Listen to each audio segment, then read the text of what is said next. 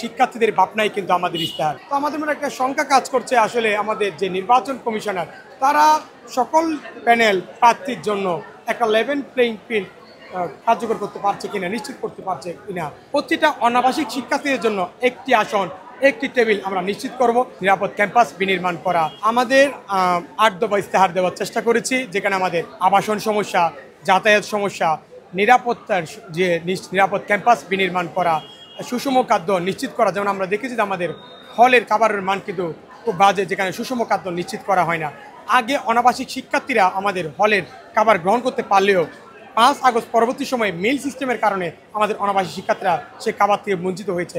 কথা ছিল সুষম খাদ্য নিশ্চিত করা হবে আবাসিক অনাবাসিক শিক্ষার্থীর জন্য, কিন্তু সেখানে আমাদের বিশ্ববিদ্যালয় প্রশাসন বৈষম্য সৃষ্টি করেছে। তো আমরা আমাদের শিক্ষার্থীদেরকে একটাই বার্তা দিচ্ছি যে আমরা আমাদের বৈষম্যহীন ক্যাম্পাস গড়ে তুলব, যে আমাদের বিশ্ববিদ্যালয় প্রশাসন অনাবাসিক শিক্ষার্থীদেরকে যে অতিথি হিসেবে উল্লেখ করেছিল বিভিন্ন দিবসে এবং বিভিন্ন বুড়িবোঝে, আবাসিক শিক্ষার্থীদের তুলনায় অনাবাসিক শিক্ষার্থীদের জন্য যে বোঝের খাদ্যের মূল্য তালিকা সেটা কিন্তু দ্বিগুণ রাখা হয়েছিল।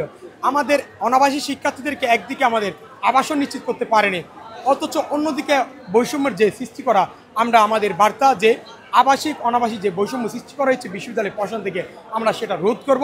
এই ক্যাম্পাসকে আমরা শতভাগ আবাসন নিশ্চিত করব।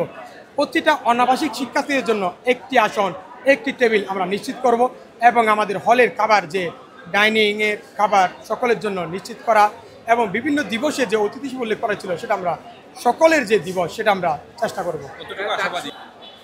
আসলে আমাদের বহুল একটা প্রত্যাশা ছিল যে আমাদের জুলাই পরবর্তী সময়ে যে আমাদের গণতান্ত্রিক যাত্রা সেটা সুন্দরভাবে আগাবে, কিন্তু আমরা হতাশ হয়েছি ডাকসু এবং জাকসু নির্বাচনের মাধ্যমে। সেখানে আমরা দেখলাম যে বিভিন্ন অনিয়ম, কারচুপির অভিযোগ এসেছে এবং বিভিন্ন প্যানেলের প্রার্থীরা ভোট বর্জন করেছে। তো আমাদের জায়গা থেকে চট্টগ্রাম বিশ্ববিদ্যালয়ের শিক্ষার্থীদের মধ্যে একটা শঙ্কা কাজ করছে, আসলে ডাকসু এবং জাকসুর পর কতটুকু একটা সুষ্ঠু ও গ্রহণযোগ্য চাকসু নির্বাচন হয়।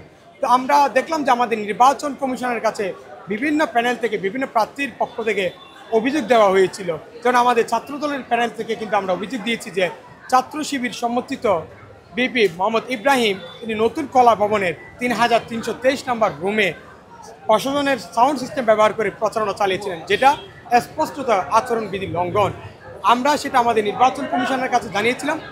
আমাদের নির্বাচন কমিশনার কী ব্যবস্থা নিয়েছেন সেটা এখন আমাদের কাছে প্রকাশ করেননি এবং আমরা দেখেছিলাম যে নির্বাচনকে কেন্দ্র করে মেয়েদের হলগুলোতে ফার্স্ট এড বক্স দেওয়া হচ্ছিল, সেটাও কিন্তু নির্বাচনের আচরণবিধি লঙ্ঘন। সে ব্যাপারে আমরা কোনো কার্যকর পদক্ষেপ দেখিনি। তো আমাদের মনে একটা শঙ্কা কাজ করছে আসলে আমাদের যে নির্বাচন কমিশনার তারা সকল প্যানেল প্রার্থীর জন্য একটা লেভেল প্লেইং ফিল্ড কার্যকর করতে পারছে কিনা, নিশ্চিত করতে পারছে কিনা।